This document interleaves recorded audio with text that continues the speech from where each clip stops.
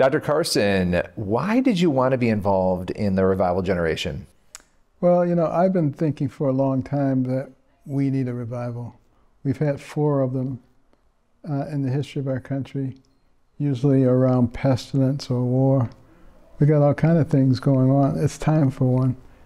And I've been seeing some really encouraging signs as I travel around the country, particularly among young people. And I think many of them are saying, well, we've experimented, we've seen where the other way leads, and it's not a good place. So maybe it's time to go back to our roots. And when you think about it, our founding document says that our rights come from our Creator. Why would we run away from that and try to be like everybody else?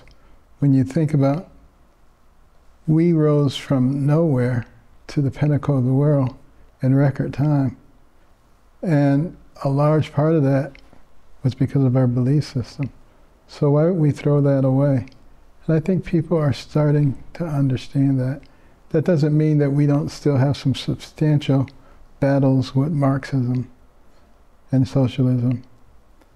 But I think the good guys will win in the long run. Well, you know, as we're sort of sitting here having this conversation a year ago, I mean, could you have imagined that you'd be sitting in the Kennedy Center getting ready to watch a film on revival? It would be hard to imagine. Yeah, and yet here you are, right, doing this. When you look at what's changed in the past, not even year, the past few months, what goes through your head, your heart, your mind? Well, for one thing, we have new leadership in our country. You know, I asked President Trump not too long ago, how are you able to have so much energy? I said, you know, you're in your late 70s. Most people at that time, they're like in a rocking chair on the porch. Relaxing, right, yeah. Exactly. And he thought for a minute, he said, it's God. And, you know, to have a president who will acknowledge that is good. Now, some people on this left will say, yeah, but he's just saying that because he's an evil guy. Well, in their mind, no matter what he did, it would be evil. And one of the things that's very important and that I see coming through the president is that he's no longer easy to manipulate. You know, before they could just push the button and send them into a tizzy. And now he's much more calm and measured, sends them into a tizzy. So you see a change in him from last time around? Absolutely, absolutely.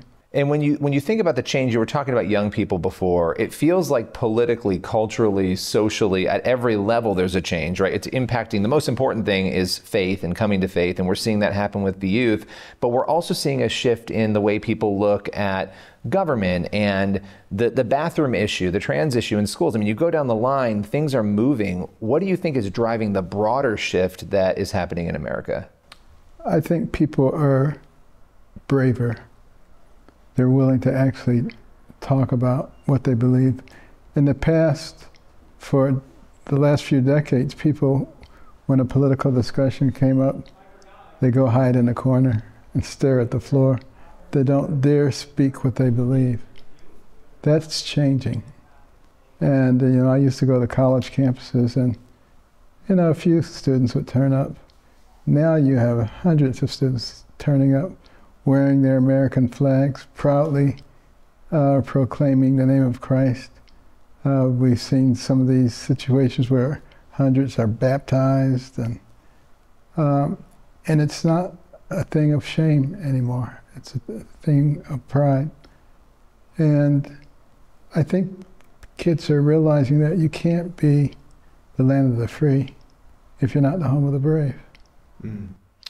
So my last question for you, and this is a big one because these changes are happening, they're very positive, but some have worried that, you know, is the church ready for this? Are Christians ready for all of these new young people coming in with questions? They're looking for answers. Do you feel that we're equipped? And if not, what should we be doing to be ready for what is currently happening before us?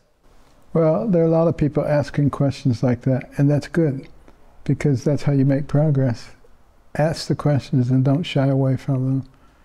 And understand that it's possible to have disagreements and still work together.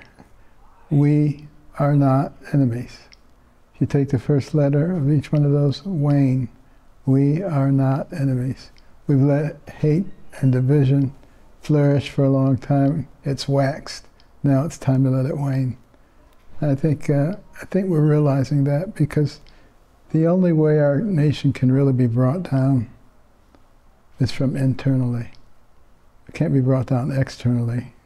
We have too many weapons, but we can easily be divided. And Christ said it, a house divided against itself cannot stand. And that's really the big battle.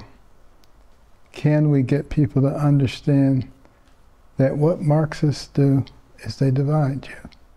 They divide you on the basis of race, age, income, gender, religion, political affiliation, you name it, divide them, have them at each other's throats while they carry out their nefarious purposes. Well, I lied, because now I have another question, and this is the final question.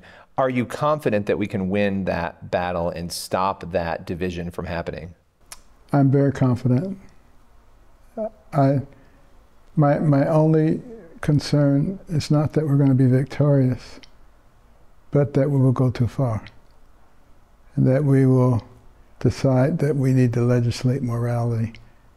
That has happened in the past, as you know, and it's created some of the greatest issues of bloodshed in mankind's history. We don't want to go there.